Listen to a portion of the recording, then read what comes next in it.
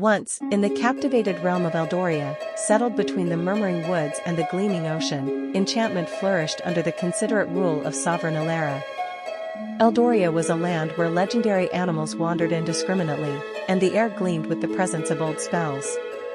In the core of Eldoria, there lay the town of Feywood, known for its savvy elderly folks and talented craftsmen. Among its occupants was a little kid named Lyra. With red-hot red hair and emerald green eyes, Lyra was known for her interest and grit. She lived with her grandma, Moira, who was the town's healer and watchman of old insider facts.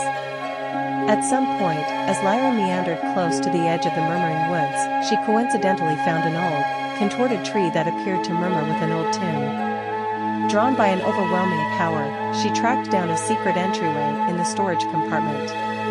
Inside, she found a fancy chest containing a sparkling emerald special necklace. The second she contacted it, a dream flew away with a sense of finality, a dream of Eldoria in danger, covered in dimness, and sovereign Elara detained by an obscure wickedness.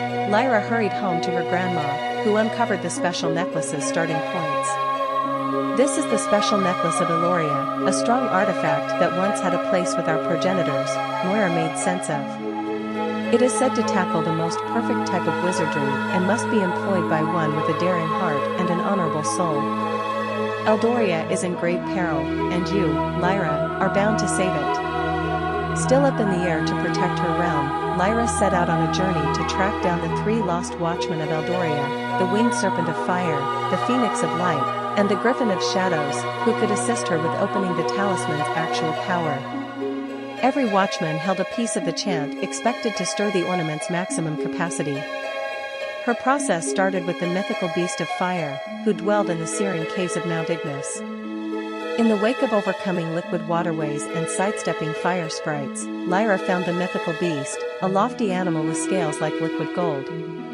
She demonstrated her mental fortitude by overcoming her most profound apprehensions, and the mythical beast gave to her the initial segment of the spell. Then, Lyra headed out to the Skirich tops to track down the Phoenix of Light.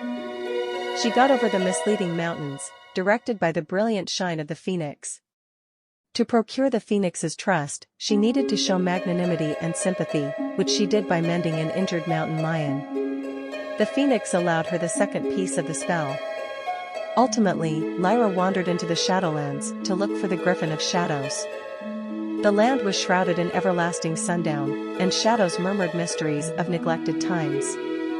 To win the Griffin's approval, Lyra needed to exhibit astuteness and lowliness, which she did by settling an old conundrum that nobody had replied in hundreds of years. The Griffin, intrigued, gave the last piece of the chant. With the total mantra and the ornament gleaming more splendid than at any other time, Lyra got back to Eldoria. Haziness had started to spread, and Sovereign Elara's palace was encircled by a noxious power.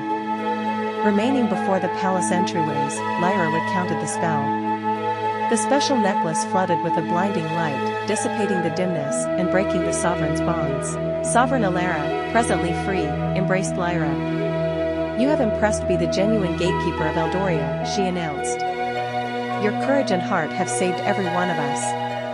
The realm celebrated as light got back to Eldoria, and harmony was re-established.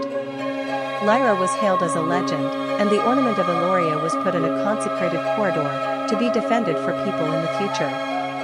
From that day on, the story of Lyra and the Emerald Special Necklace turned into a legend, moving numerous to trust in the force of fortitude and the enchanted that exists in every one of us.